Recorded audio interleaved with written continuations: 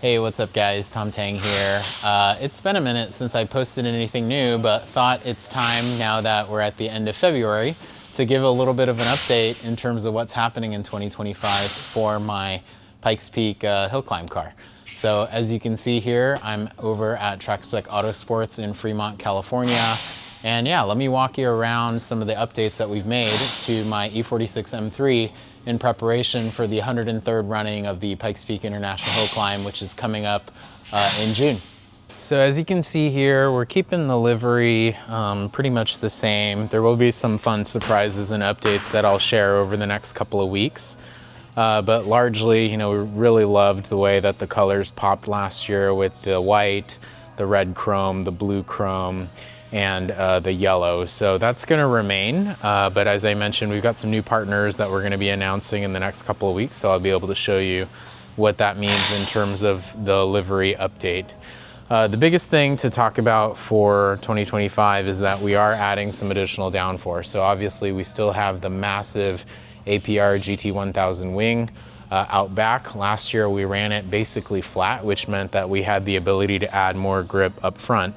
And we've gone ahead and done that. All right, let's take a look at what's under the hood of my Pikes Peak BMW here. You can't see it, but we are running a new Rotrex supercharger priming bulb kit. That's something new that they released this year that they sent over to us. It helps to make sure that the supercharger, you know, is primed properly and continues to run healthy. Really under the hood, you know, sort of it looks the same, but you know, there's quite a lot of difference here. This is actually a brand new engine that was built over the winter in preparation for the 2025 Pikes Peak Hill Climb. So it's still a 3.2 liter S54 engine. It's been built by my buddy Nate over at Steel Dust Machine, but it's got a very beefy new sleeved bottom end. It's got new custom pistons thanks to our partners at CP Carrillo. It's got all new goodies in the head from SuperTech Performance. So thank you to Martin and Willie and those guys for sending us valves, guides, you know, springs, retainers, etc. What this means is that this setup here, even though we're running the same pulley and the same supercharger making 15 pounds of boost at sea level, so same as last year, this new engine setup by itself already makes a whopping 35 more wheel horsepower and about 27 more foot-pounds of torque. But what's really exciting is that we weren't done with just that, right?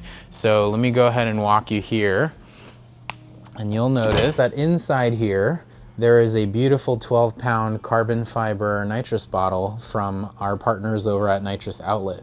So this year, the engine that's in the car was built to not only make more horsepower on its own, but it was also built with the idea that we'd be pushing nitrous through it. So we're running 100 shot of nitrous, which means that this engine now, compared to 2024, is making 145 more wheel horsepower and 148 more foot-pounds of torque than last year. So we're stoked. That is a significant increase in power, obviously at sea level, but excited to put that down on the mountain and to see what we can do with it. The goal this year is still have fun, finish, and we want to run under 10 minutes and see if we can set a new record for a BMW production car. So stay tuned on that.